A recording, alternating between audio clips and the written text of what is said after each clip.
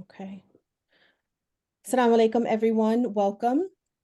You have joined the community forum that has been organized by this wonderful group of sisters here to respond to the Eid violence that happened at Philadelphia Masjid. And inshallah, this is a forum that will, one, allow us to, as professionals, share some information. And we are not simply professionals, we're also community members. We have a deep love and care for our people. So as community members, as healers, as believers, this is a space that we really felt compelled to open up for the community to just gather together, to understand that as often as we might be privy to or experience violence in our communities, it is never okay. It is not something that we ever simply adjust to or say, oh, that just happens. It's painful, it's hurtful, it's disappointing, it's upsetting. And so inshallah, what we can offer in this space is an opportunity for us to sort of begin to make sense of what happened, while also providing resources and support that can continue to help people make sense, right, of what might seem senseless very often. So again, you have joined the community forum in response to the violence at Sister Clara Muhammad School on Wednesday, the Eid. And joining me today, my name is Dr. Camila Mukmin Oseguera. I am the founding executive director of Muslim Wellness Foundation. And joining with me are the women who are responsible for also organizing this space. Dr. Taliba Foster of Mainline Psychiatric, Sister Farida Boyer, who's a licensed marriage and family therapist and founder of the Black Brain Campaign, and Sister Tasneem Suleiman, who is a licensed professional counselor and the founder of Black Men Heal. So we are all Black Muslim clinicians. We are all Black Muslims who deeply care for and respect and want to provide support to our communities. So we're going to begin by providing some information. And then, of course, the Q&A is open. So if there's a question that you have, a comment, something that you want us to respond to, perhaps, please feel free to put that in the Q&A.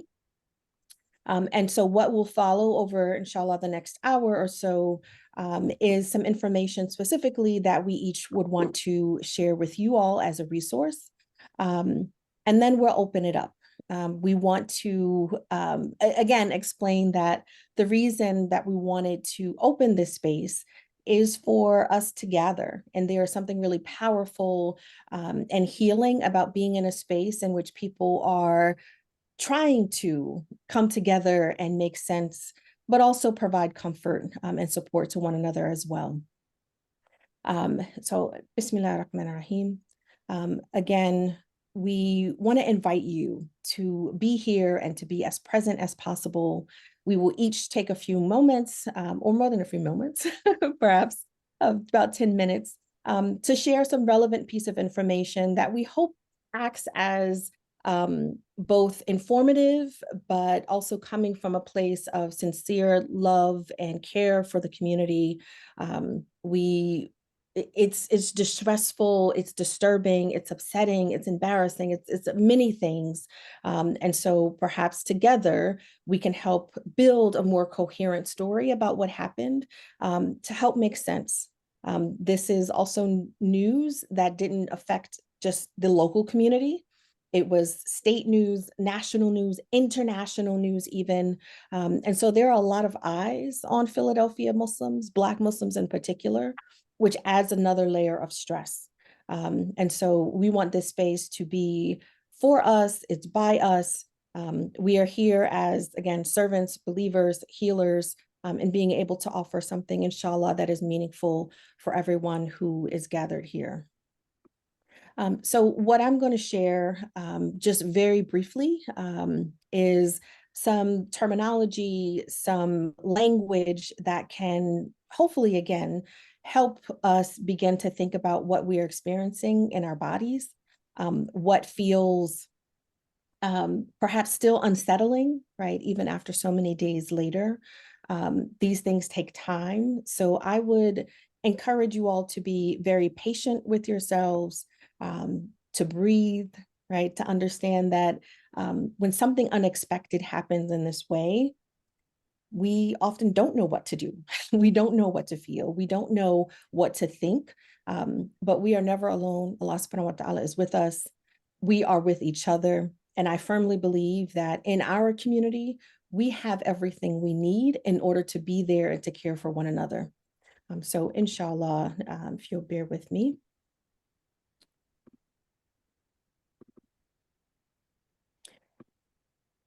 And again, what is often sort of a disclaimer is that this is general information that we want to offer to you all as support.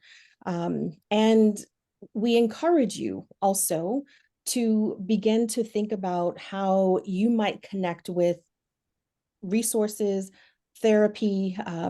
The experts on this call can certainly provide support in being able to connect with therapeutic sources, counseling that can be ongoing, right? This is not a new quote unquote problem for us in the community, but it is one that has shaken many of us to the core because there are some specific elements that are just, again, very unsettling, very disturbing. So this community forum includes, again, the founder of Black Men Heal, the Black Brain Campaign, Mainline Psychiatric. And so this is general information. There might be some particulars to your situation that doesn't fit what we might offer. So we encourage you to continue that exploration in the best way you can with a professional, and also including those who are supportive for you and your own healing. So before we begin, again, I want to encourage everyone to say Bismillah in the name of Allah and to breathe. This is a time that is perhaps still feels like you're in shock and disbelief. It's confusing, it's infuriating, but we can always call on Allah subhanahu wa ta'ala, and we can always breathe and not take that for granted. So I want you to just listen to the invitation here to breathe. Breathe in and out.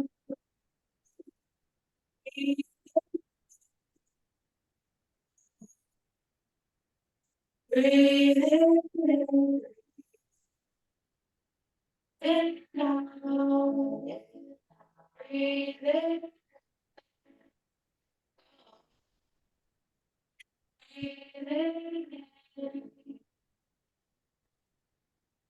So breathe it in, let it out, let something go. Perhaps you've just sort of arrived here to this space and you're thinking about maybe what you're going to make for dinner. You have obligations, you have, people that you're caring for, but allow yourself to be here and to breathe and to sit and to gather with others who are also concerned. And I want to lift up this hadith in that Allah says, I am as my servant thinks of me, and I am with him when he makes remembrance of me. If he makes remembrance of me to himself, I make remembrance of him to myself. If he makes remembrance of me in a gathering, I make remembrance of him in a gathering better than it. And I want to remind this or offer this as a reminder so that as we talk about things that may bring back memories or experiences or trigger you in some way, to remember Allah. And in that remembrance, right, we are taught through the hadith that when there is a gathering in which Allah's name is invoked and we're in remembrance of him, that there are angels that descend and fold their wings around this gathering, right? So we're here virtually, but the sentiment is still the same.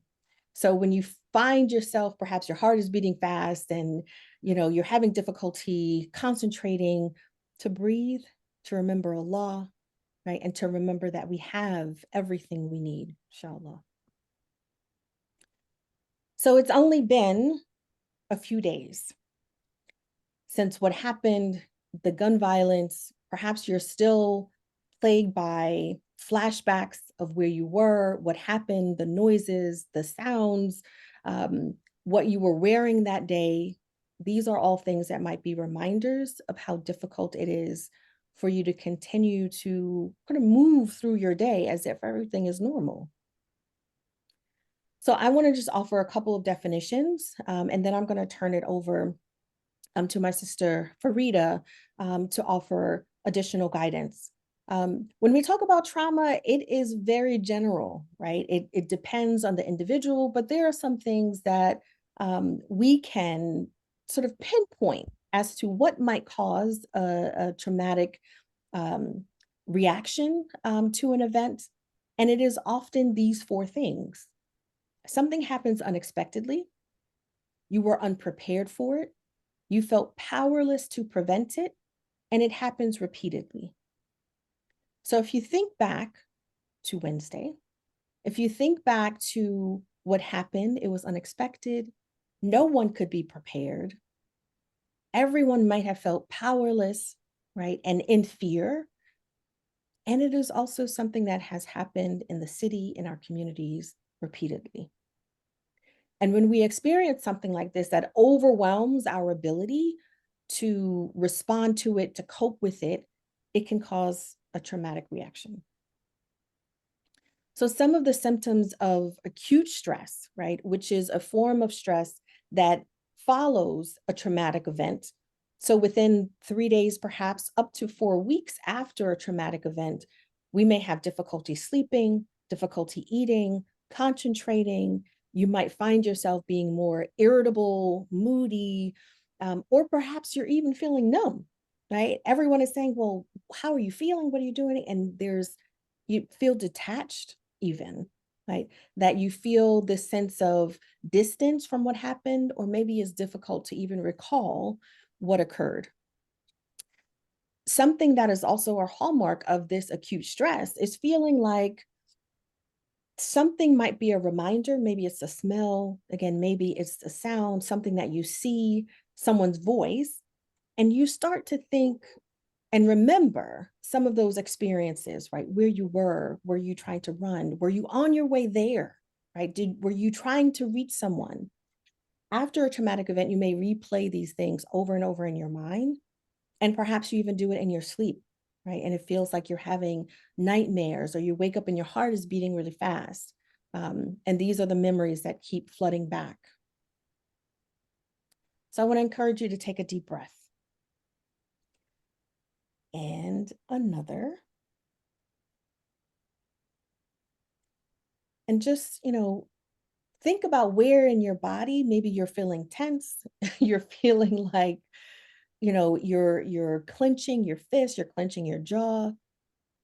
Take a deep breath in and exhale. So there are three things that I also want to point out here. Is that this violence that happened at the masjid on a day that is just full of celebration and anticipation and excitement and joy, there is a loss that we might also be feeling, right? Loss in that we assume that there is safety at this joyous gathering, right? We assume that, perhaps I have to be more vigilant and conscious of what's going on around me. But on Eid day, children are playing, people are talking, people are relaxing, having fun, they're laughing, gathered together, and we don't expect something like this to happen. So it's a loss of what we assume belongs to us, which is safety, which is a community that can be celebratory and joyous without something like this tragedy occurring. So there is also a grief associated with that loss. And what I want to lift up here for us as Muslims, and as Black Muslims in particular, a disenfranchised grief, right? Perhaps the way that we are perceived puts us outside of expressions of sympathy, of empathy, of care. Perhaps there are assumptions about who we are as Black people, that we are violent, that we're lazy, that we're animals. So when we're grieving this loss and this tragedy and this violence, perhaps that is even sort of perplexing to other people who are thinking, well, shouldn't y'all expect that?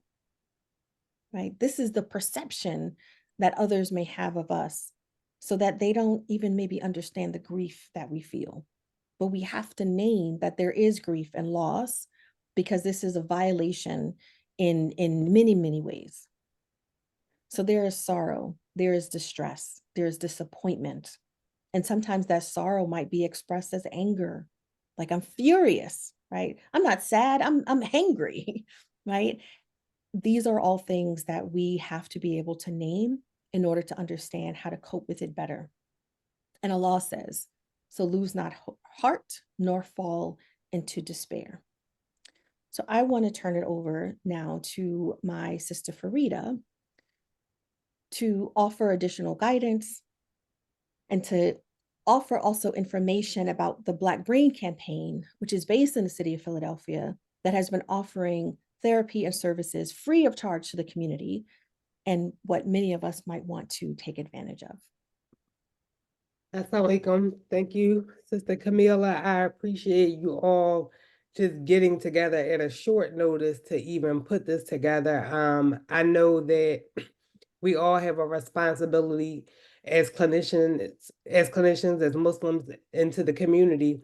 And when I called you all, you answered, jumped on a call at the drop of a dime, and put this together in less than 24 hours. So I'm grateful to have your supports for that. One of the things that I wanted to talk about is the stigma against mental health. This was a traumatic experience that most of us face, because even if we weren't there on the day of the Eid, your family, your friends, somebody you knew in the community was there. We had gotten excessive amounts of phone calls, text message. My sister called me hysterically. My niece was in the henna line trying to get henna, and with her father, who was also a police officer, that was at the Eid just celebrating, and he can't contact his daughter. So one of the things that I want to make, the Black Brain Campaign's mission is to eradicate the stigma against mental health in the Black community. And that's why we offer 12 free sessions to anybody in Pennsylvania who needs therapy. We want to make sure that you have clinicians who look like you, who understand your language, and can offer the supports and services that we need. This, as we've been saying, is a traumatic experience. I was on a phone call. I am a alumni of Sister Clara Muhammad School, and have been there for all my life. Even when I did not attend, I was there on the weekends for Girl Scouts or for whatever events that they were having. And it was a place that we all congregated to on the day of the Eid. Even if you didn't go there to pray, you were going there to meet somebody after to engage in the festivities. So it just it hit us all hard. And as members of the community, we want to make sure that you all are supported and have the help that you need. It's a difficult situation. I was able to go to Juma prayer yesterday, and I was glad to see that it was a full house and people were not afraid to come back. It was, security was tight in the area, but as Muslims, we believe in the qadar of Allah, and whatever is going to be is going to be. So I'm grateful that people were there. As a community member, it's important for us to be a support for one another.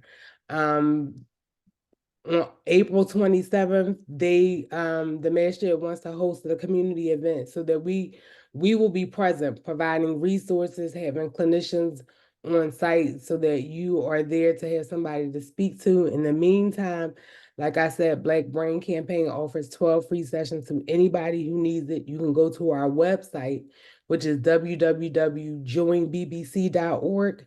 It's a link that says free therapy. You sign up for the free therapy. Yeah, putting your information, and one of our assistants will contact you and assign you to a therapist. It's important that we all heal from this. We cannot. I'll share a story briefly.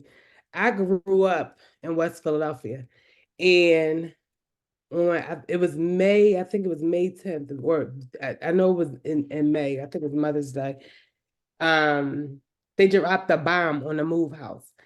And it forever, I was at the corner store, me and my friends were at the corner store buying candy or whatever we were getting.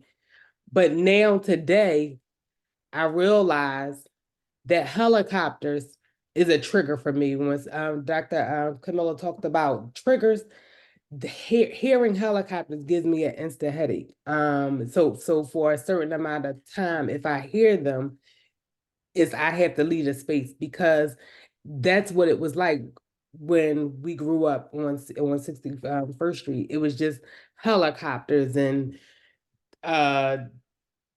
tanks and all kinds of things. So it's triggering for me. And that day, I want you to try to pay attention to some of those symptoms, because you probably will, if you were there, you will probably experience some of those symptoms at some point in your life. The reality is, we are living in a state of chaos. It's violence every day. You turn on the news, somebody is being shot, killed, murdered.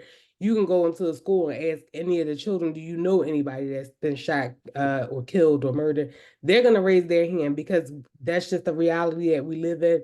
It's unsafe. We want to make change. I encourage anybody who wants to make a difference. You can reach out to me via email, fboyer@theblackbraincampaign.org. I do a lot of work with elected officials, and we are trying to put put procedures together so that we can make the city a better place to live in, to work in. It's unhealthy that we have to go through this every day, and we just want to be a support to the community so that everyone is healing. We will have many resources available. If you need things to happen before April 27th, when the event is hosted, as I said, my email address, I'll make sure we put it in the chat, that you can send me an email. Many people inbox us on Facebook, Instagram, whatever it is that you need to get in touch with us. We will try to work together to make sure that you get the resources that you need.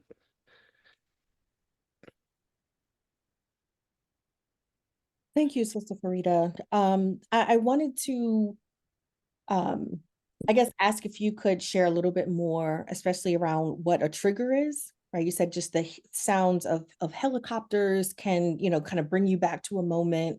What might people need to know about those triggers, what they mean, how can they make sense and cope with it?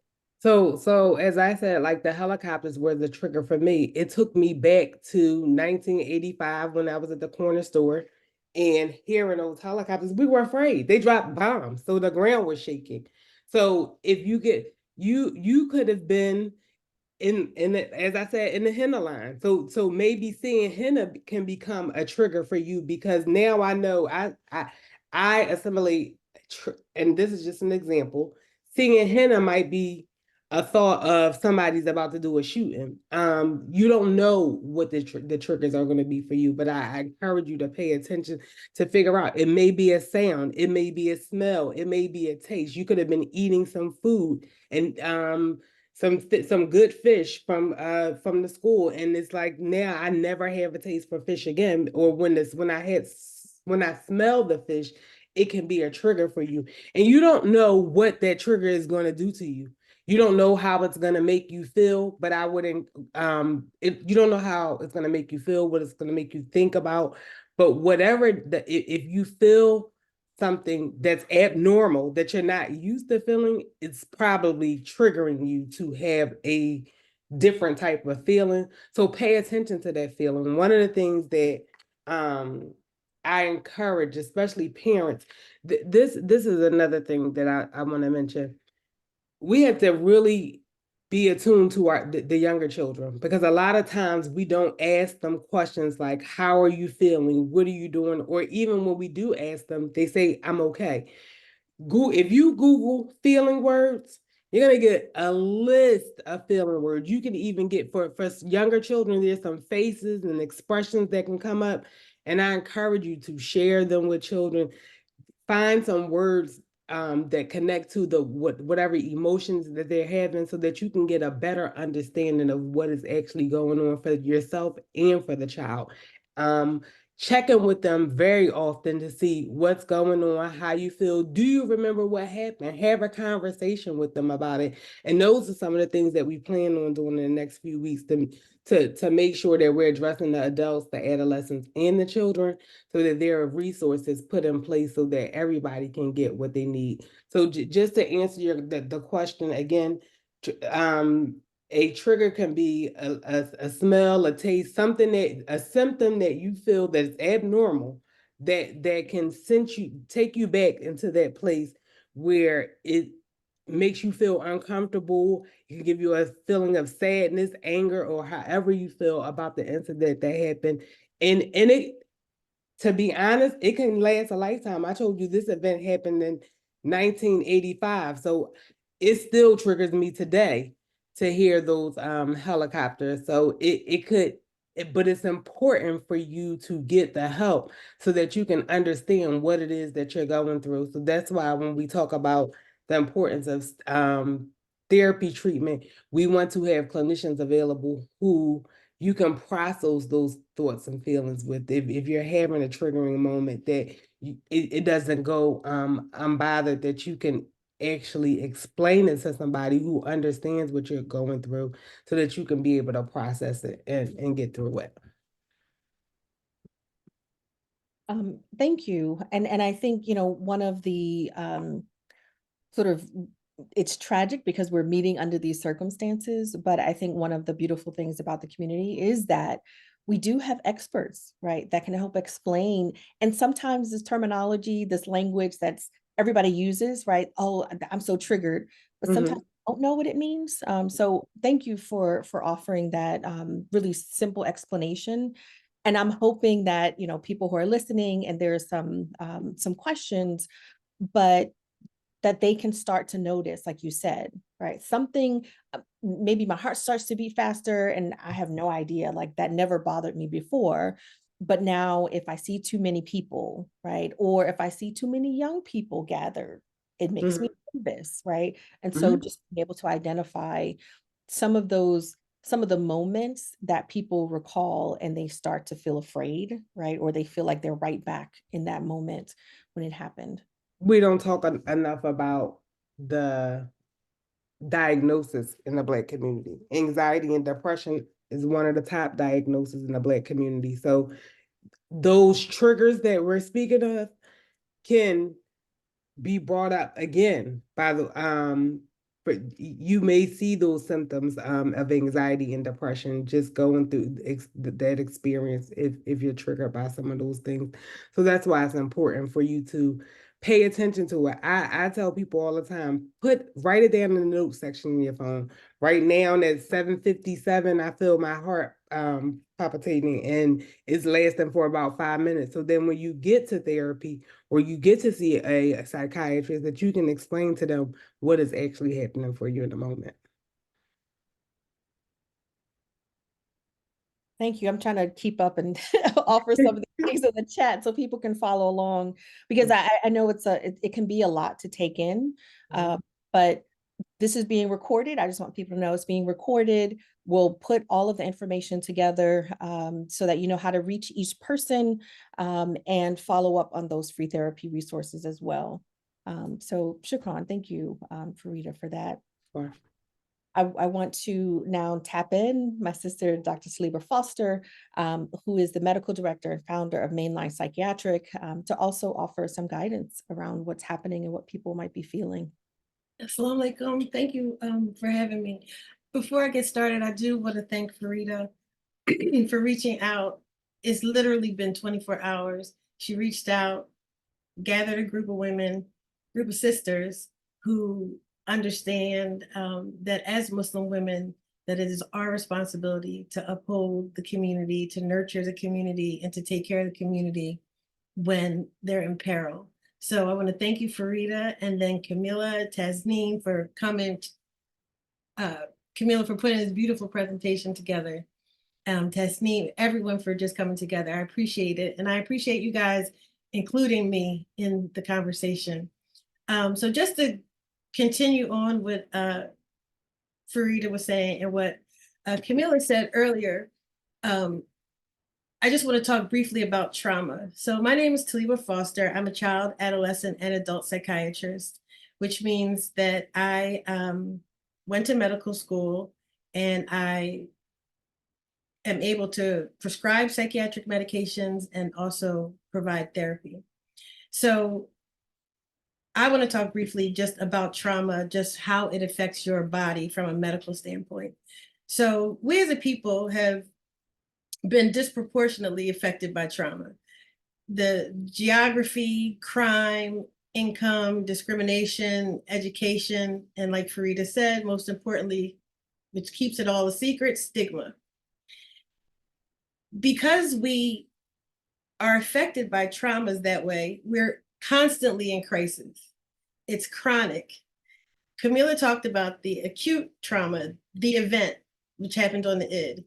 But that was superimposed on our just daily trauma of every day.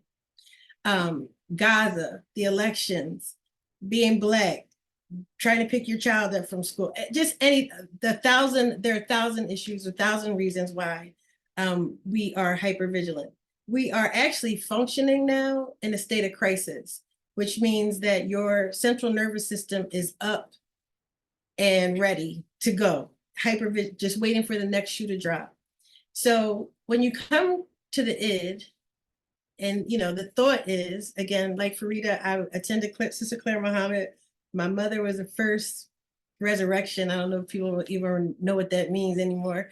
But that's where I grew up, Clara Muhammad.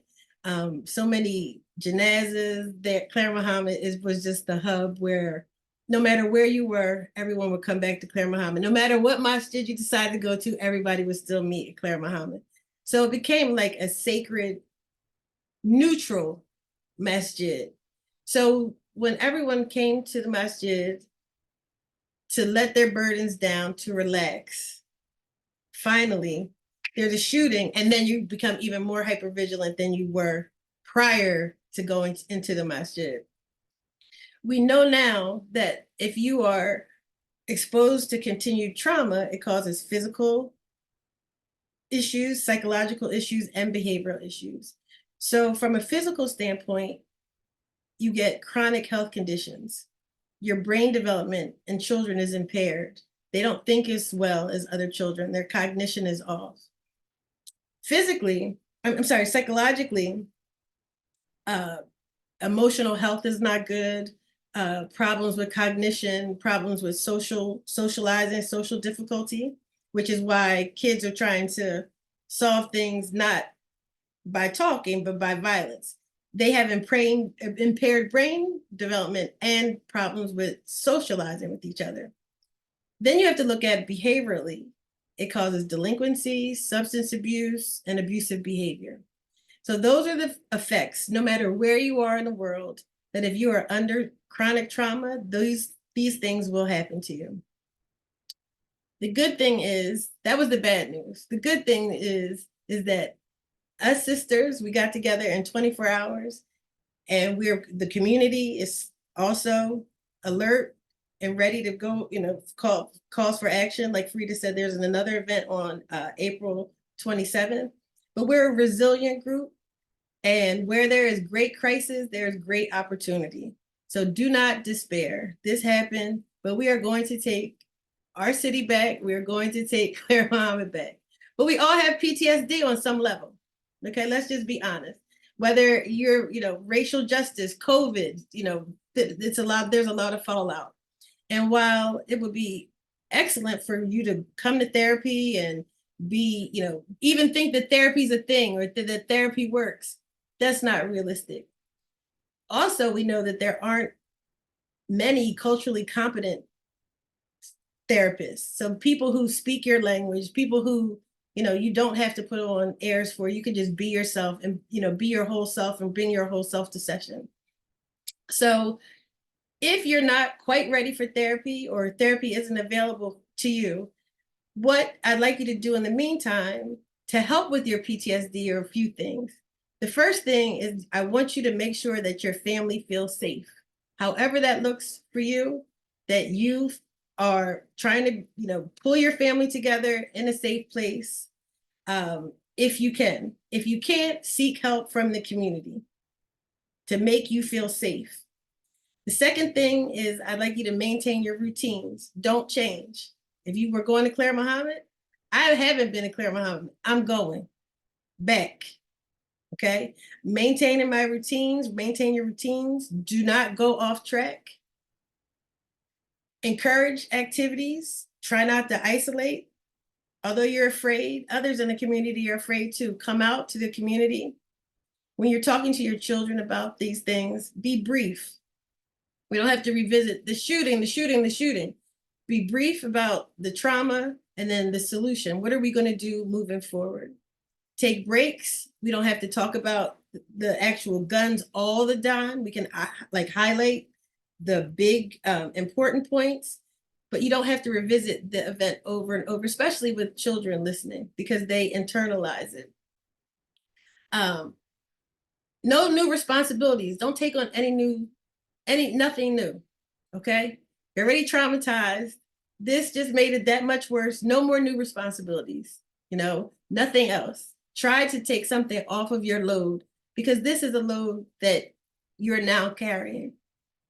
I'd like you to encourage family discussions privately. Doesn't have to be publicly, but talk to each other about this.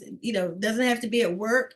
If you talk to people privately, so that you can encourage using the words that Sister Camila said earlier, or talking about the triggers like Sister Farida said. And then from a physiological point of view, note the symptoms. So like I always, my three things, everybody who sees me will tell you. I always ask people about their mood, their sleep, and their appetite. And just as Farida said, if there's any change from your baseline, you used to be this way and now you're this way, that's a change in your baseline. So if there's any changes in your mood, you used to be happy, now you're sad. You used to be joyful, now you're angry. Any changes in your sleep, you can't sleep, you wake up in the middle of the night, or you're sleeping too much, or your appetite, you're eating too much, not enough. Everyone is different. So in order to see if there's a change, it has to be a change in your baseline, not the person next to you. But helicopters don't feel good to Farida because of that. Now it's funny she said that, because I was thinking, I was at the bus stop waiting for the bus when the bomb dropped for the move. The bomb, because they started in the morning and we could hear the gunshots like and it was echoing. And I can hear it and see it clear as day. And I was standing at the corner store at 61st and Media, waiting for the school bus. So when you got triggered, that triggered me. And that's part of the community. So just like I'm now saying, Farida, look, I've known you for this whole time. Who knew? We shared this common trauma. This is why it's important to communicate with other people who look like you, who are able to talk like you. The other thing I want you to pay attention for, if you notice that there's been an increase in nightmares, that's another symptom. If you're just quick to anger, drug use, alcohol use, just to sort of zone out. The kids today, they use a lot of pills, a lot of medications to zone out. It's overwhelming. It's, to be in a constant crisis. But just to wrap up, like I said, we could call a friend, make salat, dicker, move around, go outside, and seek support from all of these sisters here who have given the last 24 hours to make sure that we can provide you with support. And that's it for me.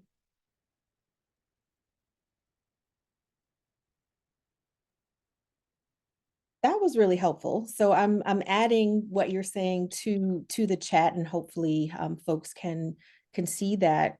And I do again want to follow up with one question, if you can explain. Sure. What would be the difference between acute stress and PTSD, right? Because I think even PTSD people have heard and may even self-diagnose. But as a psychiatrist, right, you have criteria that you would use when Gosh, seeing. here's my DSM for it. And we all have it. We all made it. Whoever made it through COVID has PTSD.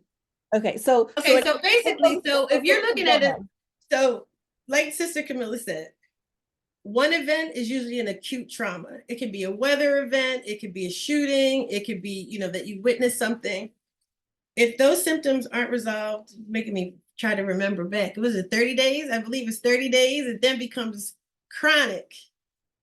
If that's not resolved, if you're continuing to have those symptoms 6 months, it becomes PTSD. Let me check, because I have not, this is a board question. I haven't taken my boards in 25 years, but I believe that's what it is. But we as a people are living in a constant state. So basically it's just timeless, acute, chronic, and then post-traumatic. And usually the difference between the chronic and post-traumatic stress, PTSD, is flashbacks, nightmares. You avoid the spot that you were there. There are triggers. You have issues with depression. You have issues with anxiety. It could be many different things.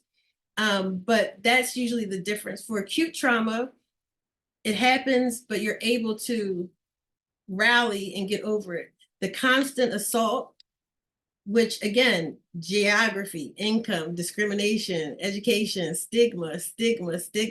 And stigma is the one that's one of the most important, because no one wants to talk about it. So if you don't talk about it, then it doesn't exist. I just want to add one thing. When you talk about from acute to post-traumatic, what usually happens is when you don't do anything to address the acute problem, it escalates into the trauma. And that's with anxiety and with depression. And that's why we encourage you to get help as soon as possible, so that you can address the issues as soon as possible, so that they don't escalate into something long-term. But again, we can heal from this. I don't want this to be like, oh, it's just, we've been through harder things as a people, but this is a good sign and a good symptom that we need to tighten up in our community, in our safe spaces, our sacred spaces, and I love when you said, Sister Camilla, we have everything that we need in our community. It's just a matter of, being able to say the words, not be afraid to talk about it, and to seek help. Thank you so much. And there might be some people on the call who've never met with a psychiatrist. They've never met with a licensed professional. So they may even have ideas like, well, if I go to your office, should I lay on the couch? Right? I mean, all of that also contributes to the stigma, right? Mm-hmm. People just don't think I'm crazy. Well, or maybe they'll think that you're doing what is best for you so that you can be healthy. So I think in talking about it, I want people to also remember that the sister Taliba Foster, psychiatrist, also said, pray and go to therapy. She didn't say just do either or, right? I always say all of the above, right? We have been given all of these resources, and it is a mercy from Allah subhanahu wa ta'ala. So we should never think that, or if you've experienced going to a therapy session, or you've encountered a clinician that did not take into consideration anything at all related to who you are as a Muslim or as a Black person, then perhaps that's not the best fit. But a person who is culturally competent, is what Dr. Foster said, is someone who understands that there are layers to what you've experiencing, right? Not just now, but over time, generationally. And so you will need all of the resources at their disposal in order to be able to meet both the acute and the chronic stress that you might be experiencing. So thank you for that. There were so many gems, and I tried to capture them as many as I could in the chat. So I want to bring in Sister Tasneem Suleiman, who is the founder of Black Men Heal. She is also a licensed counselor and has been doing some amazing work actually around gun violence prevention with youth. So I want to give you the floor. Yeah, thank you, sis. Assalamu alaikum to everybody. I am obviously here with my sisters. They called me about, trying to respond to this tragedy. But first and foremost, I'm here as a community member. And when we first got on the other day, I had to take a moment with them, my helping professionals, to vent my own feelings of trauma, my own feelings of hopelessness that was creeping up. and they were really helpful. And so like, it's actually helpful to be here because processing, I always say the process of naming what your experience is a part of the healing. So the introduction to me, I'm born and raised Muslim here in Philadelphia. So if you're Muslim here in Philadelphia, everybody knows that Sister Clara Muhammad is a staple. As far as my father, brother Ayub Suleiman, who has passed on, it's we've spent many Eids there, you know, marriages there, like you said, funerals. It's a part of the community. And I was with my family on that day. We weren't there, but it was just really heartbreaking. And it put a dent in that day for us. And my co-founder, Zakia Williams, whose family was there, you know, like we're still just dealing with a lot of the aftermath of that, of getting phone calls from people who were impacted. But her nephew, an 8-year-old boy, witnessed, like was standing right there as somebody was shot, and he saw the person fall, and he ran and he got lost. A lot of kids got lost that day, and then the parents couldn't locate their children because the kids had ran. And his mother, who wasn't there, the father called the mother, couldn't find the mother, and she drove to try to get there, but the traffic, you couldn't get in that vicinity. You couldn't get in or out of that vicinity because of the traffic and the police response, which alhamdulillah was swift. And community response was swift. Let's not forget that the community that was there on the ground also joined forces with police that day to have swift responses. But so we're dealing with a lot of that aftermath still. And so I wanted to talk about that night of, it was already scheduled, but that night of the shooting, Wednesday evening, where we have been in development, Blackman Hill, of a gun violence program for youth, to answer one of the questions that was in the chat about where can a youth go to deal with these gun violence issues. So we have a program called Gun Violence Group Therapy, and we are presently implementing that program at Level Up. Level Up is one of the places in the city. It's in West Philadelphia, led by Pastor Aaron Campbell. It's one of the places in the city that 600 to 1,000 kids per week go to Level Up. It's an incredible space where the kids are fed and they dance and they do all types of things. But we're working with a group of about 25 youth right there for a small group therapy. And I would say about 50% of our group members are Muslim. And, you know, Pastor Aaron called me that day, did we want to cancel? And I was like, no, absolutely not. So we went. That shooting happened in the afternoon, and at 6, Blackman Hill was at Level Up doing that group. And then the next morning, we were doing the gun violence group program for a group of brothers here who are also at high risk of gun violence. So that is one of the things that we're going to be talking about in our responses on the 27th. Blackman Hill will be there, but, want to talk about whether or not like we need to just implement this gun violence group therapy curriculum with specifically at Clara Muhammad or within the other youth groups. So if you're out there and you have a group of youth, or if you service a group of youth and you have a need for this program, you can get in touch with me about that and we can come out and do that. They said so much that, I kind of want to reiterate or talk about as well. Oh, that's what I forgot to mention. Blackman Hill. So Blackman Hill, I started Blackman Hill 5 years ago. And the reason why I started something as a therapist that really centers Black men, and it's not necessarily to decenter any other group or population, but how many of our adult men 18 and over, there's a lot of program for youth, there's a lot of program for women, there's a lot of program for community, but something that is very intentionally centering Black men was important for me. And so what we do is we provide free individual therapy for Black men, but we pair them up with culturally competent therapists because it's very hard to find therapists who can relate to your unique needs. So we provide 8 free therapy sessions, and we also have 2 free support groups. So for my parents out there, for anybody who's 18 and over, we have one for men that's free called King's Corner. That's every Sunday night at 7 p.m. And we have one for the sisters called Hill with Him, and that is every Saturday at 11 a.m.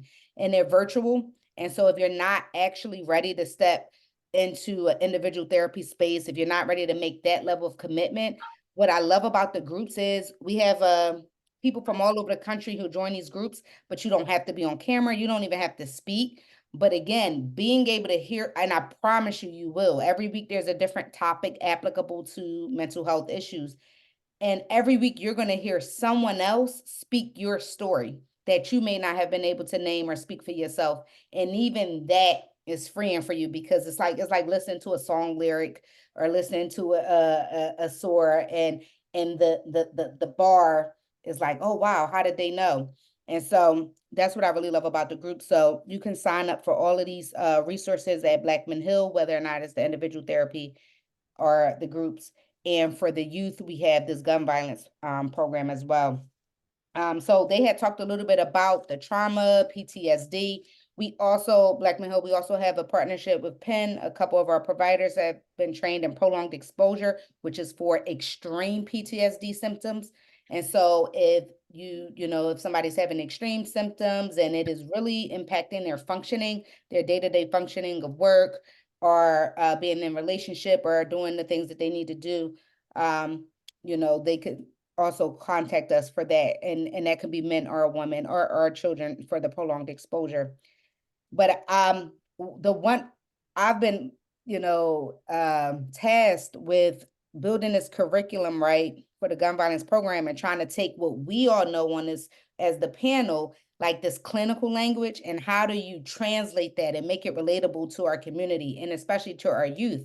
And one of the things that I've used, Dr. Foster and Farida and Dr. Camila have already talked a little bit about trauma and some of the symptoms, but one of the things I wanted to talk about as far as the symptoms that you're experiencing, the way gun violence has an impact on mental health, one of the biggest ones is desensitization, numbing, and being numb. And so somebody had already mentioned, like, your kids might not be talking about it, so you might think that they're fine. But what I'm finding from working with these kids in the groups and like being able to hear from them directly, by the way, several of the kids that Level Up are gun violence survivors, which is and have been witness to a lot of gun violence as well. But they're numb to it. The way that when we first went in to start the program, they were talking to us about, oh yeah, when my friend was dying, I held him in my hands and had to call his mom, and I tried to lift them up. And their stories are just so horrific. Their stories are so horrific, and they're talking about these things as common as the weather. And I mean, not now that we're implementing the program, like now they breaking down crying in these groups, because the groups are they are very intense. But when we first started, they were desensitized, and we had to teach them, like, that's not normal. It's not normal that every day that you know so many people have been shot, or that you have been shot. That is not a normal situation, and it's unfortunate that they're living in Philadelphia right now feels like a battle zone for some of our youth. And when they were talking about the trauma and the way that trauma changes the brain, one of the models that I use to try to explain to the kids there is it's a model of like using your hand, right? And when you're impacted by mental health is also a big cause of gun violence, because people who are pulling the triggers, believe me, they are impacted with the part of their brain that says fight, flight, or freeze. It's the survival brain. It's the threat center. It's almost like an alarm is going off the whole time, and it's real loud. And so you don't feel safe, and everything is perceived as a threat. And it's why we're like all at a loss, like, wait, because we all of a certain generation, all of us of a certain generation, we don't understand, because we like, all right, yeah, back in the day, it used to be shooting and stuff like that, but it's a different level of disregard and disrespect now that none of us understand. Like, we're like, wait, these kids, like, they just don't care. Like, how could they not be thinking? But it's innocent people around. How could they not be thinking, wait, no woman, no children? How could they not be not trying to have some regard for safety or community, right? But when you think of so if you look at this, my fist right now, and it's almost like a brain, the amygdala, which is the part of the brain that is the trauma brain, that is the survival brain, that's at the base of the brain at the bottom. And that's your fight, flight, or freeze. That's the thing where the alarm is going off when you're feeling like, oh, I must, so like a freeze would be like a numb, like, okay, I'm not going to do anything. A fight is I have to react, right?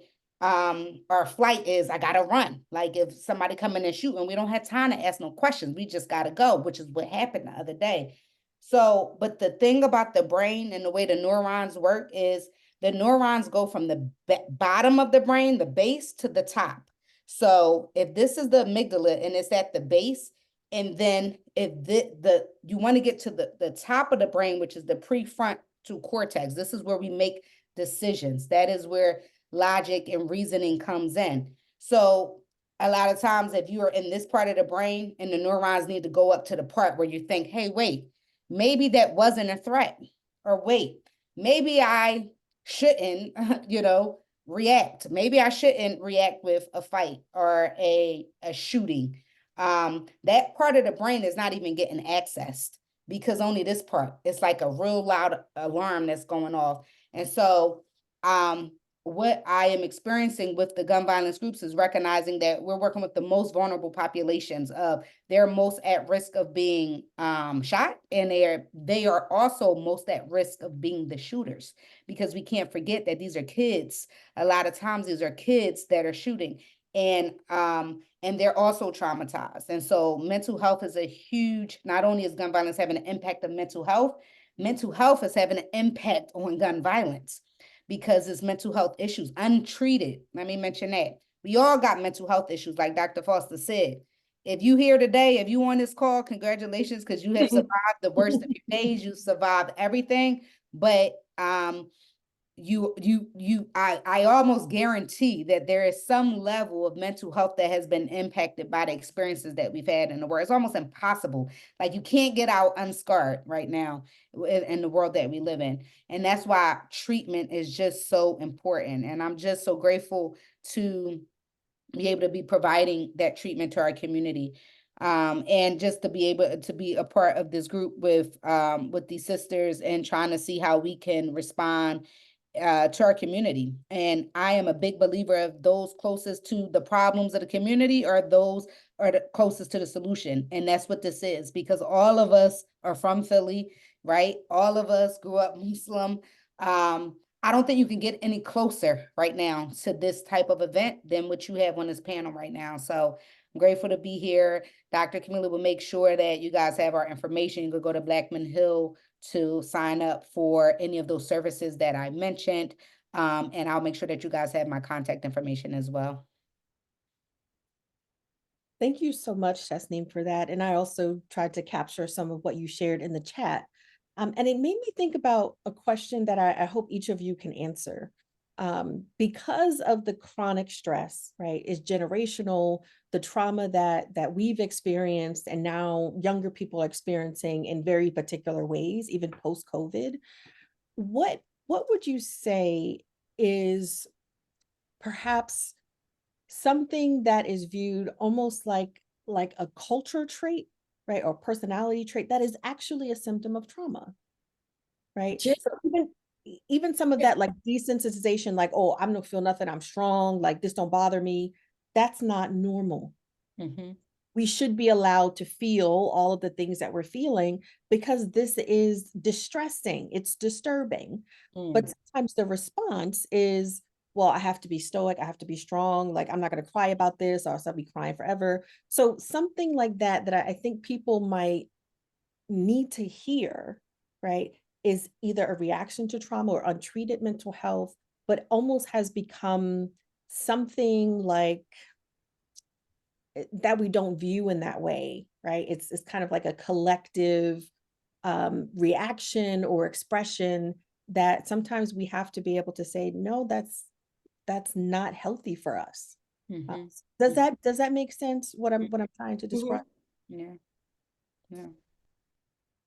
oh, Go ahead. Yeah. great. I don't have anything off the top of my head. I think that like when you described it, we all are just becoming so desensitized to it. It's just like it's happening every day. So even the response is just like it's like a telephone call. Oh, you know, such and such passed away, like or got killed. Like it's just that it's become that normal, and you don't. before you were reacting a different way, and now it's so normal that your reaction is just not hysterical as it probably should be. I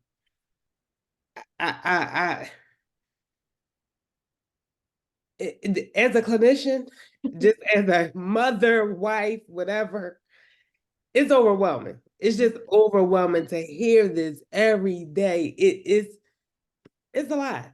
It's a Yeah. lot. It's a lot to take in. It is. I agree. I do think it's extremely overwhelming. I think one of the go-tos in the Black community is let's beat those kids up. And I think that that's something that we should probably address because they're already beat up by things that we never experienced. Talking to kids every day gives me the opportunity, like Tasneem, to just get a glimpse into their world, and it's just so different. But I'm optimistic. I think we can get over this. I think we can get through it. I think that yes, we are demoralized at times, but we're talking about it. This never happened. People didn't get diagnosis when I was little. People got spankings. You know, I have ADHD. Who knew? You better sit in that seat, sit down, Taliba. Get up one more time and watch what happens. That's how my ADHD got. Fear is what fixed my issue, whatever issue it was across the line in the whole family. Whether it was being late, whatever it was, you know, fear that, and it works. But it's a different world now, and it's a different world that we live in. And I think that the go-to, like Tasneem said, like is us old school, like, oh well, that worked for me, it will work for them, and I don't think it works anymore. They don't. A lot of the children. I mean, people say, oh, they're all on drugs. The world is moving so fast for them, so fast. And just to jump on what Tasneem said, not only the amygdala is there, but the prefrontal cortex, which makes all your executive functioning, in boys doesn't develop until they're 25. So even if they do have the neurons, which they don't, to get there, there's nowhere to go. So up until that point, it's just, you know, drug, sex, rock and roll, basically. Whatever they want to do, whatever impulse I feel, that's what I'm going to act on. So you're asking a lot of there's a lot of the children are dealing with an undeveloped brains, which is why we're also fighting for children not to get life sentences as adults when they do crimes as children because their brains are not developed. So it runs along the same vein. I think that would be my thought. I also wanted to share the opposite of that desensitization when you're numb is hypervigilance. That's hyper aware, hyper on edge, hyper reactive, right? You know, I often say like all of these police shootings of unarmed people is a result of also trauma, hypervigilance, fear. Like fear is at the base of a lot of gun violence, right? But I just wanted to share this story like that this group that we're doing, this gun violence group with of men, they're adult men, 18 and over. They have been justice system impacted, and they're a part of this group at P3, Pushing Progress Philly in Germantown. And the other day, it was the very first day that we implemented the gun violence program and this is a story of a testament of how important it is to feel safe. Like healing can't occur if safety isn't there. How important it is to feel safe in your body, because trauma, it changes your brain, but it lives really heavily in the body, right? And then the body is, when the body is reactive, it sends signals to the brain, or if the brain has a thought, it can send a trigger to the body. And so they work in conjunction, right? And so sometimes it's important to try to get safety in the body so that you can heal the mind. But the other day, we were in between two groups. We were doing the gun violence group for the brothers at P3, and then we were about to start doing King's Corner, a different group for the brothers. And I come in, and the brothers were playing.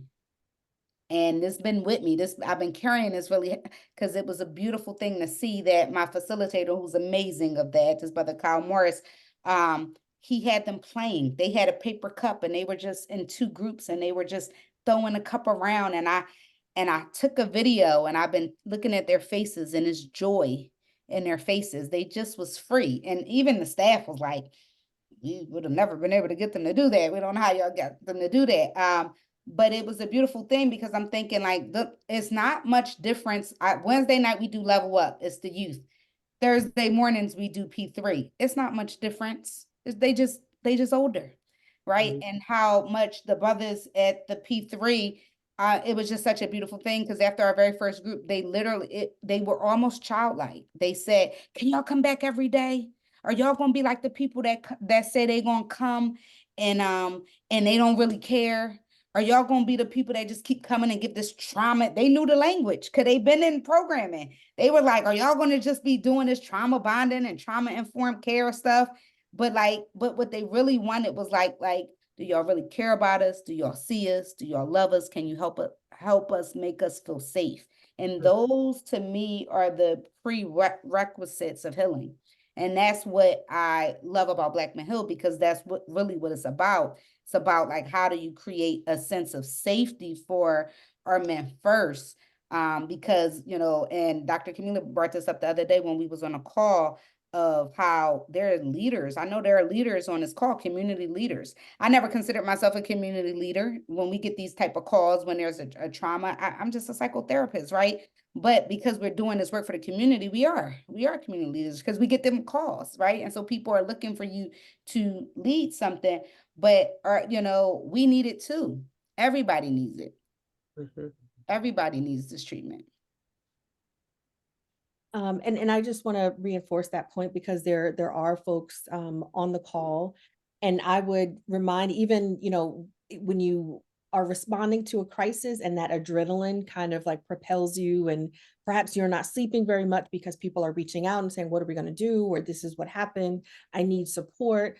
I want to encourage the leaders, like both who have formal titles and also those who people turn to quite often in these kind of circumstances, to also know like where you can get your cup filled, right? Who's watching, right? And paying attention to how you're sleeping, what your mood is like, whether or not you're eating, right? Are you drinking water, right? Are you staying hydrated?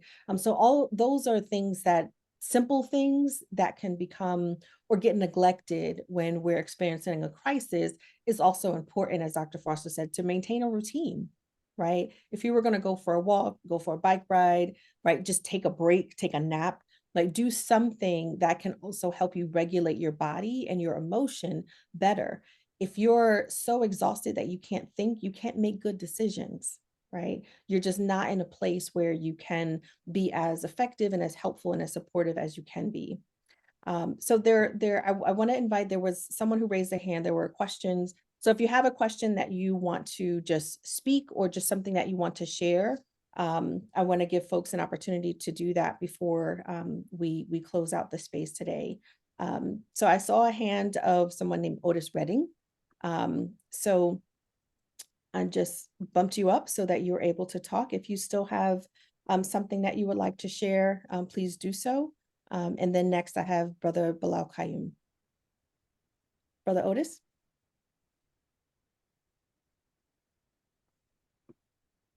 He's on mute if he's trying to speak.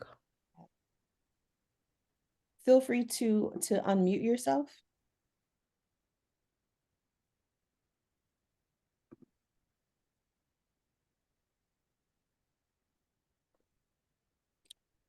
All right, maybe you stepped away. But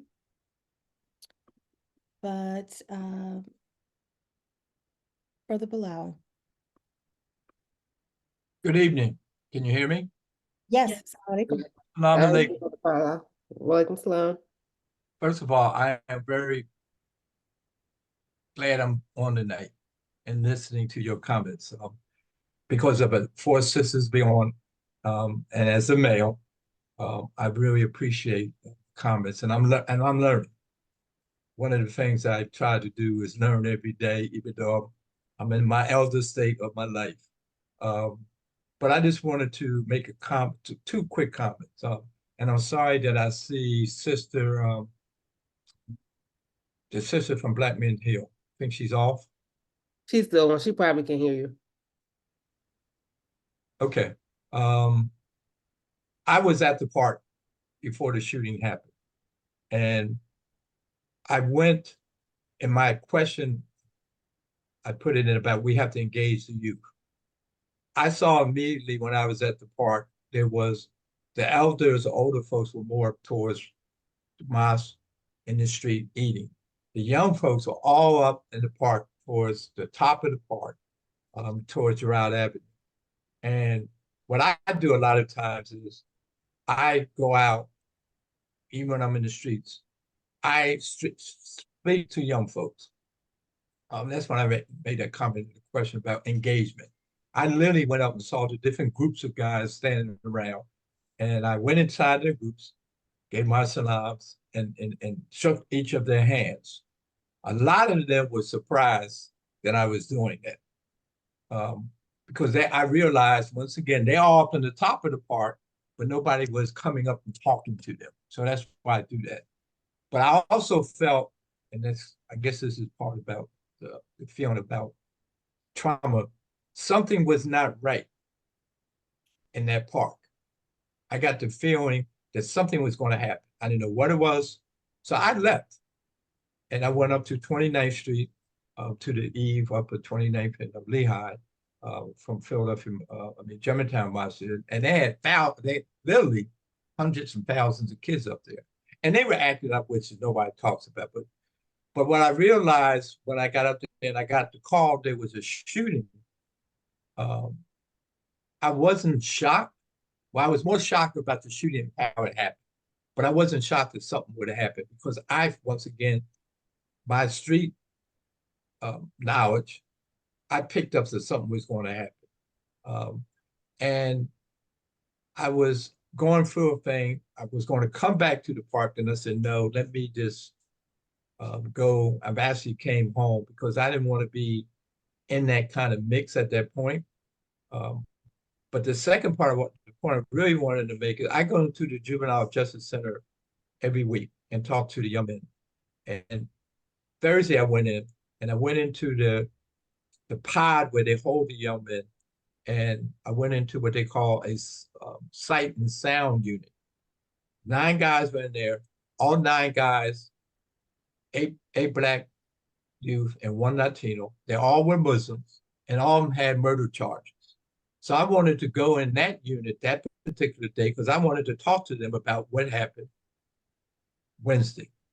And it was interesting in the conversation and some of the stuff I've been hearing that you're talking about. Folks, young men they really don't see hope. And I'm assuming, since I'm talking to folks who deal with this, that's a trauma issue. That's a mental issue. I asked them, I kept probing them, what can be done? All of them kept saying to me, nothing. It's the street life, and this is just the way we have to live. And if someone takes a friend of mine's life, I'm going to retaliate to take him, or vice versa.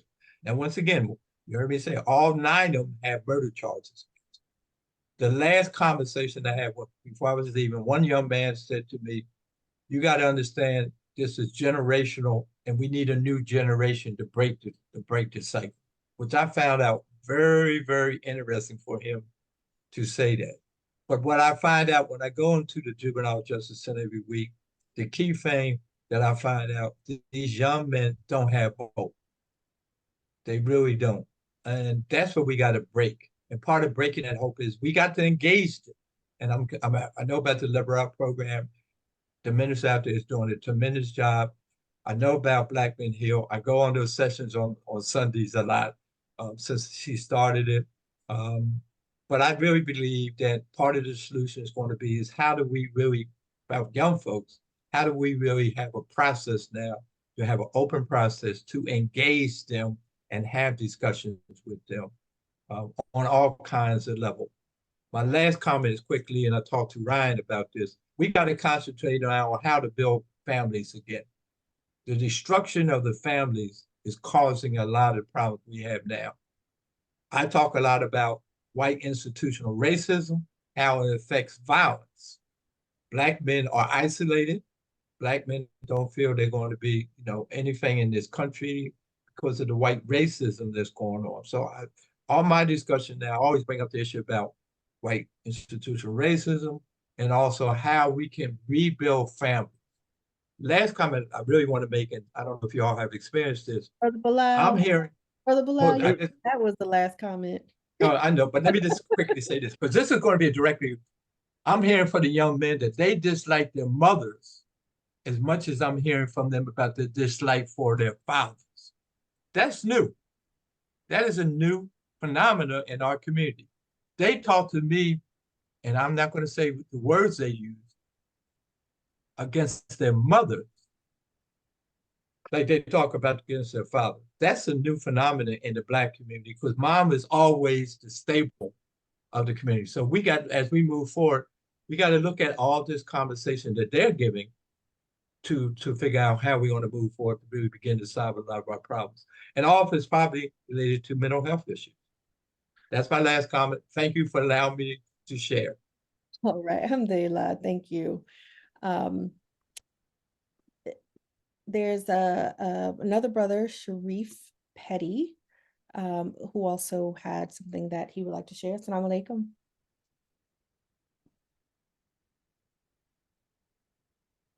You're on mute, Sharif. Can y'all hear me? We can hear you now. Yeah. Assalamu alaikum. Well, Like, Can you hear me? Y'all can hear me good? yes. Yes. Honestly, it's scary. This is scary, scary. Like, I'm talking about, like, for men, the brothers, like, just like the brothers just said, talking to the youth, like, some of them looking for love. Most of them are scared to death.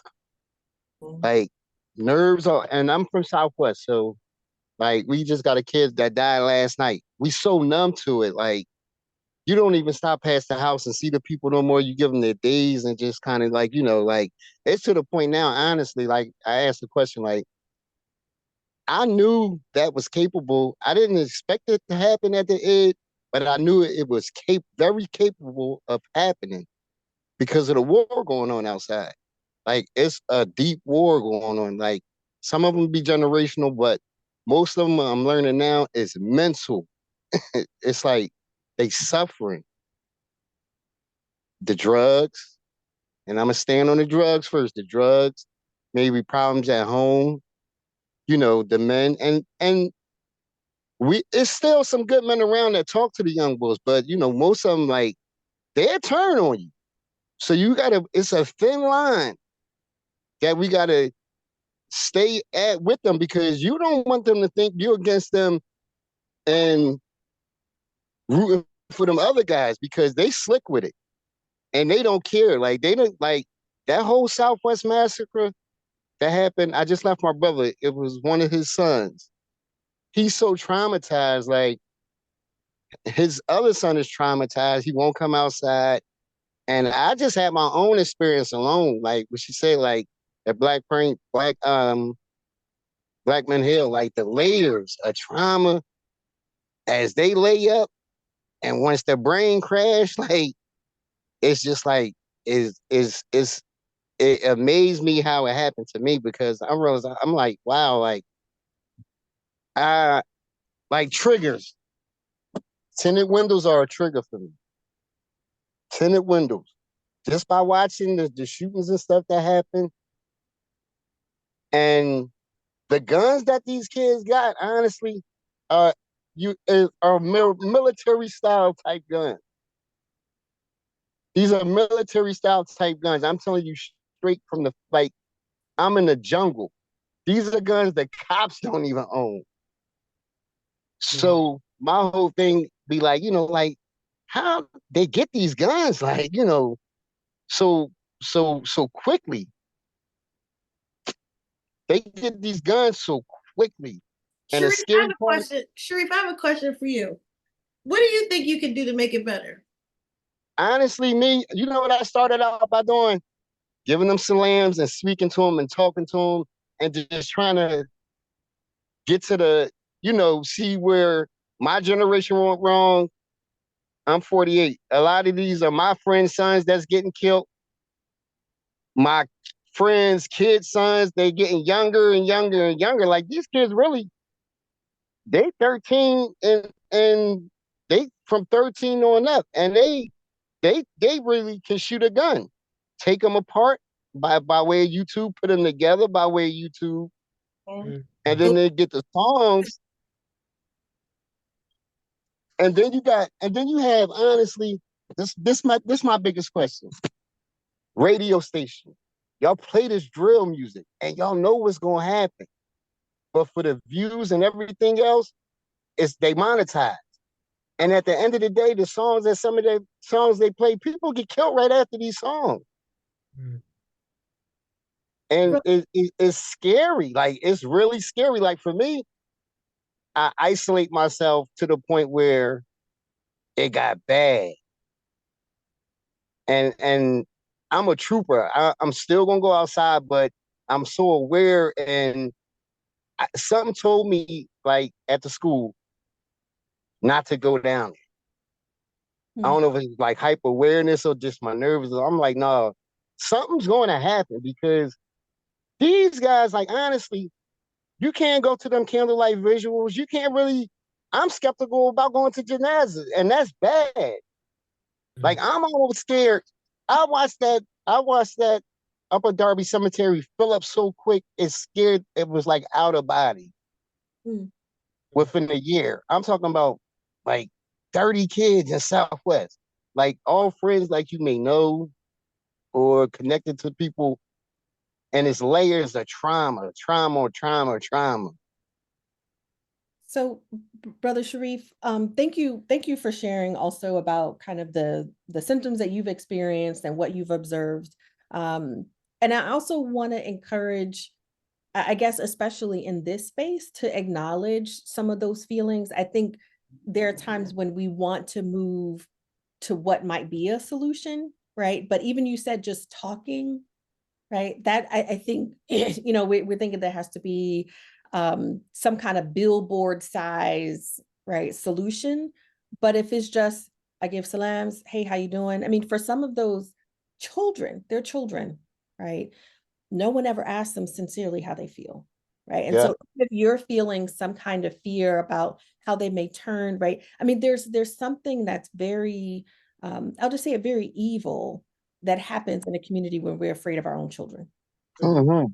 There's so many things that have broken down along the way, and it's more than just drill music, right? There's so many things that have deteriorated. Yeah. And at the same time, there are so many things that we continue to do well because all of our children are not shooting each other. Yeah, no, can y'all can still hear me? Yes. So I want there's someone else that has their hands raised, but I just want to thank you for sharing and also continuing to do those small things, right? That may help you break your own isolation, but also help reach, right, a child Can who's I on just the ask one question? Can I just ask one question before I go? very And like quickly. another thing, like when we asked to go talk to the youth, they put us through all this stuff when honestly, we're the closest to them. Yes. So tell me your question. How can we get into the youth study center faster to kind of get in these kids' ear, like, because it's going down fast and that's it.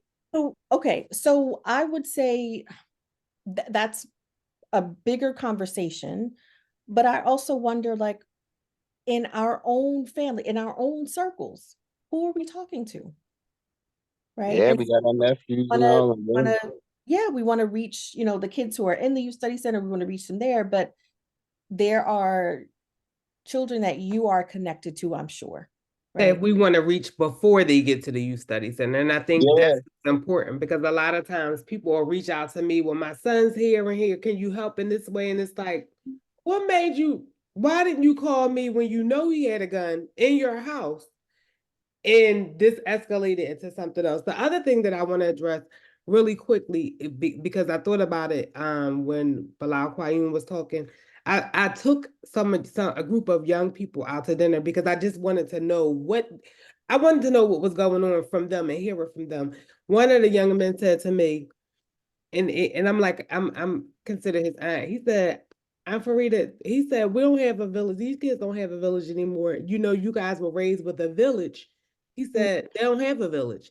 And that's what it connects to the gangs that I did not know that we had so many gangs in Philadelphia, but they're looking for community. And if you don't have, we did have a village. Your neighbor was part of your village. Now we don't even know who our neighbors are. So it's a lot of work that we have to do as individuals, as families, as community members.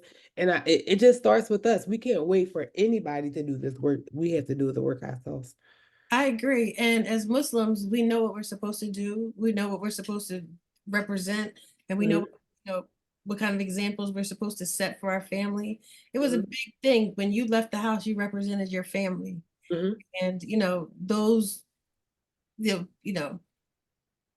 Muslims look different today. I'll put it that way. But we need to get back to the basics. Yesterday, the imam said at Clara Muhammad, he said, you don't truly believe until you want for your sister or brother what you want for yourself. And I said, I need to get right. Gotta get right. I know. Yeah. There's one last hand, and I want to bring him in. Brother Bilal Hassan. Assalamu alaikum. Wa salam. Can you all hear me? Yes. Alhamdulillah. First and foremost, I'd like to thank you all sisters for hosting such a much needed space for healing and for resource sharing. So may Allah continue to bless you all, bless us all to come out from this strong and sense of unity and a sense of some sense of togetherness. I just want to quickly just share. I'm not from Philly, but I frequent Philadelphia quite often with my family. I went to school there. I went to Lincoln University in Pennsylvania. So a lot of my friends live in Philly, and we were thinking about going down there for Eid on Wednesday, and my sister kept asking me, she wants to say, I want to go to Claremont. I want to go to Claremont. I was like, sis, you don't even get up that early to go. I mean, might as well stay local. We ended up in Newark. But my point was, we was at Eid in Newark, New Jersey, and I got a text saying something about happened in Philadelphia, and just my mood just totally changed. Like, I lost my appetite. I didn't want to eat anything. It was very weighted on my mind that I just started texting like friends that I knew in the area or live in the area, and a lot of them. Two of the brothers I know very closely, they weren't there with their children, and their children were there. And alhamdulillah, they're safe, but I know physically they're safe, but mentally they're not. They're not safe. And it just weighed on me very, these last few days. It's like, man, subhanAllah, that could have been me with my mother who walks around sometimes with a cane, and like how would that even work? Like, she can't run like that. So no one's thinking about the elderly and the women and children. Like, it's just, and the scene is just being so descriptive. It's almost like a movie. You don't think nothing of it. Like, at Eid, like when someone said it to me, it's like, yeah, they're shooting at the Eid. I said, they're shooting on Eid day? Oh, Eid, come on. What I'm saying? And, it was just weighing heavy on me, and it still is. It's very hard to picture it. It's just very hard to picture it. And, the women and children are traumatized, the adults are traumatized, and people may not feel safe going back to the park. I'm just being real. And, my mother even told me she doesn't feel comfortable going to Philly. And, that's a hard feeling to hear. It's a very hard feeling to hear. And, I have a group of brothers that, I'm going to be sitting with from Philadelphia, to talk about this, just get our thoughts out, our feelings out. But something has to be done. This is totally inexcusable. And someone could have got their life taken that day. Allah blessed us to not have life taken. And, may Allah bless all the first responders, everyone who responded quickly. And even this officer who disabled one of the young men or one of the young people, that person is still alive. Person could have been dead. It's just, oh man, Allah, may Allah make it easy on us and give us protection, continue to protect us. But it is a state of emergency, not just in Philadelphia. I don't want this to be, I tell people, don't just make this Philly, because it ain't. It's New York, it's Newark. They're still healing from what happened with the imam there. Mhm. It's real. It's Chicago, it's all of our urban communities. We're breathing over this. And it's just the scope is always zoomed into Philly. That's what I'm saying. But it's not just Philly. And I'll tell the brothers and sisters, if Philly gets it right, it can be reciprocated all across the country where there's Black Muslims. I'm telling you, because we're a force, and people are waiting for us to take up the leadership and really do some things and offer our services and offer the solutions. We have it. And I agree with what you all said. We have what we need to really make some changes. So thank you all again for providing this space, this resource tonight. Thank you. Assalamu alaikum. You're very welcome. I want to be mindful of all of your time. And just want to say, I think that it's really important, especially when what was shared is that if we don't sort of understand and process the acute, we don't get rid of it. It still stays with us, right? It shows up in different ways. And so even when people are feeling like really short-tempered, irritable, just kind of too quick to respond to any kind of provocation, and that leads to altercations. And, we have to recognize how, even when it's chronic, we're still on edge in a lot of ways. And so young people are feeling it, older people are feeling it, the babies are feeling it. And I think what might be particularly disturbing about this is when it happened, right? And so even if before we could say, well, at least for 24 hours on Eid, there's going to be a pause, right? And in this instance, it calls into question, well, what is sacred, right? Where's the line? Is there no line, right? And that can be that feeling of just being always vulnerable, being exacerbated by the trauma, right? Like there is no safety anywhere. I'm not even safe at the masjid, right? Just imagine someone saying, I just need to stay in my house, but we know you can get shot in your house. The police have done this, right? And so the safety that we create can be also in something that looks like asking a person, how's your day? Right? Like just some kind of interaction, a word that is spoken. And we're going to be mindful when we do this, but when we talk about big solutions, they actually start with, like, have we had conversations with the young people in our own lives, right? When I'm talking to my children about, like, what are you hearing on the news? Like, what is kind of on TikTok, right? Like, what are the apps that they're on? How are they speaking to one another? How do we understand that? Whether or not we agree, like, how we understand ways to engage young people in a way that feels like they can sense that we're genuinely curious. We're not trying to we're not trying to say, well, back in my day, they don't care. They're like, I don't know what you was doing in 85. I don't know what you was doing in 1992, right? That's over. That feels like 100 years ago. But how can we understand what their lives look like now? And honestly, when we take that moment to be curious, I think it also makes us humble, because their lives are not like our lives, right? And so knowing, like, yes, if I went out and I was in public, I was representing my umi, I was representing my family, and somebody was going to pull me up. The fact that they don't have that now should make us all very sad, right? It's not their fault. Something else happened before they were born or when they were younger, so that they don't feel that sense of community, right? And there's, a saying that we might have all heard before, that the young people will burn down the village to feel its warmth, right? If they are not engaged, if they don't feel cared for, they'll burn it down. And so if we're all feeling some of that, like a little singed on the edges, it should really make us think about, one, let's start with, who are the children and the young people in our lives?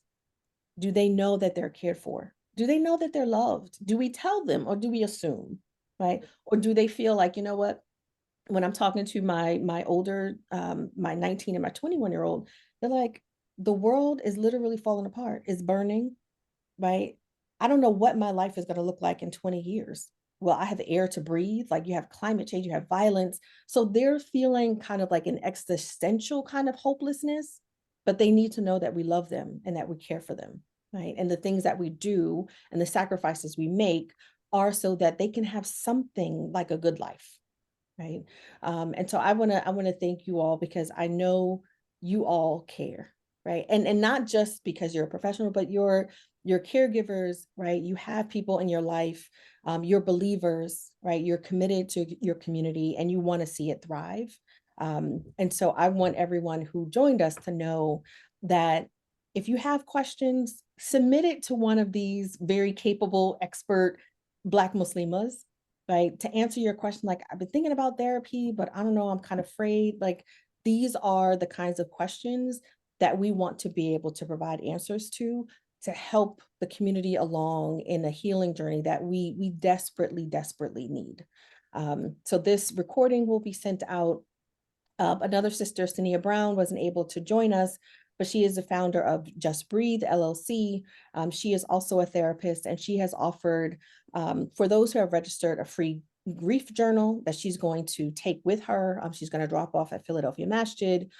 She's also offering free 20-minute short Zoom consultations for people that may have one-on-one questions that they don't want to ask publicly, but just as a way to talk to an expert. So I'm also going to include her calendar link in the summary of this call. So if you're struggling, if you're feeling confused, you're not really quite sure what is happening, she's going to be offering that space, that one-on-one space, to those who need it within the next 2 weeks. So thank you all for joining. Thank you all for being here. Again, I'm always as upsetting and as, just disturbing as this is. I felt actually a sense of pride, right? My community has what it needs. Right now, what we must do is continue to call on the law and, pull all of these pieces of love and of expertise and of commitment together. But I think we should feel what we're feeling, and also know that Allah got us. We got each other. And when we stay committed to that mission, I actually think there's nothing that is impossible. So alhamdulillah for all of you and for your expertise. Apologize in advance for the flood of calls that might come, but I know you all you're on the front line, you're frontline responders, and it's because it's your heart, right? That's at stake. It's the community that's at stake. So alhamdulillah. Is there any sort of last takeaway or reflection or comment that you would like to share before we close for tonight? The only thing I want to say is there will be more resources in regards to this tragedy coming up. I would encourage you all to follow our social media pages, websites, all of the things that Sister Camilla offered. That's the best way for us to reach you guys to get the information out. If there's anything that you feel like you need, feel free to email, inbox, all of those things, and we'll try to do our best to make sure that that we make it happen. We are right now a panel full of women. There are men are involved. I just wasn't. It wasn't. I saw a few of them at Juma yesterday and was like, I did reach out to you. I am going to reach out to you. So inshallah that we will have men on some of these groups that we're trying to hold an in-person town hall meeting to get people in the room to express how they are feeling. I just want to say, last final words is that, the other day when we first got on a call, I was like, oh, I'm just feeling so traumatized myself. I'm feeling hopeless. And I have to just remember that I am the hope and that you are the hope. And if you're on this call, that be the hope, because being the hope is a part of being the solution. And also want to say that, you know, in regards to the men, like, you know, as far as with Black Men Hill, the brother was a Sharif. If you are interested in going out to talk to the youth, one of the things that we were really intentional in doing about building our gun violence program is pairing up not just clinicians. I talk like a therapist. I'm a nerd all day. I use terminology. I don't know how to talk like the kids, but we are looking for, like, we are desperately looking for. It's an organization that is built by women, but like we are not centered in it. Like people don't even really often know me or know that I run Black Men Hill, and that's fine because it's about the community, right? It's about the brothers. But if you are on a call and you're a man and you want to go out and talk to the youth, then contact me, pair up with us. I would love to have you come out to one of these groups. And we also would love to do some of our clinical talk and training for you. Like if you want to go out and be the relatable one to the community, we want to do that. We want to pair up the clinicians with our community members so that we can work together. Because I mean, we all in this together. We got to go back to it. It does take a village. And you know, I just invite everybody out here on this call to be a part of the village. I guess my closing words would be, show yourself some grace, be kind to yourselves. We're all going through it.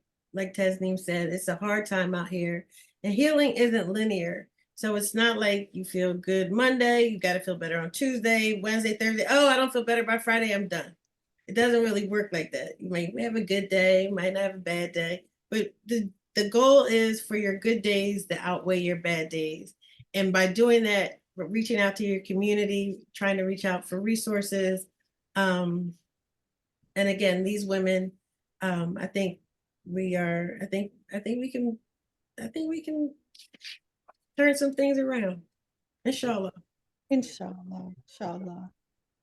So with that, I actually wanted to close with, you know, one, always lifting up the name and the remembrance of Allah subhanahu wa ta'ala, always putting our faith and trust in Him when things feel unmanageable and senseless and we cannot sort of comprehend what's next.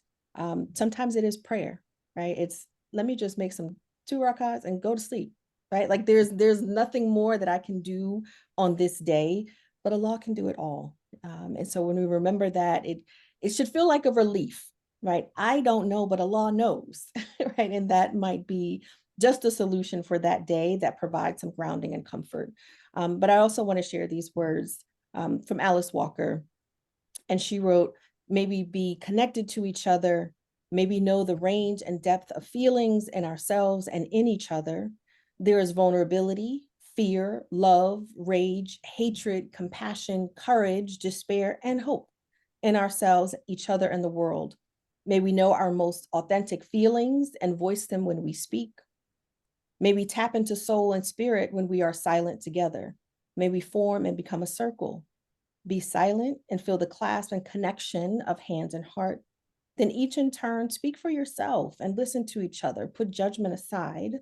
Remember that anything voiced that you want to silence may be a silenced part of yourself. May the healing begin in us. So inshallah, may the healing begin in us. May this tragedy, this violence, this really upsetting event be the catalyst for something greater. May it be just the beginning of something that we could not have fathomed before, but that it doesn't become a defining moment in the community. It's just the beginning of something that hopefully provides, again, a sense of meaning, a sense of comfort, and also begins to repair some of the disconnections that may have formed because of the trauma that leaves our young people especially feeling isolated and alone and misunderstood and forgotten. So inshallah, may this be the beginning, may it be the beginning of healing and of something more and greater, inshallah. Yeah. All right. Sure. Alaikum. Thank you all so much. Just deep gratitude for all of you. Thank you. Assalamu alaikum, everyone. Wa alaikum salam. Alaikum salam.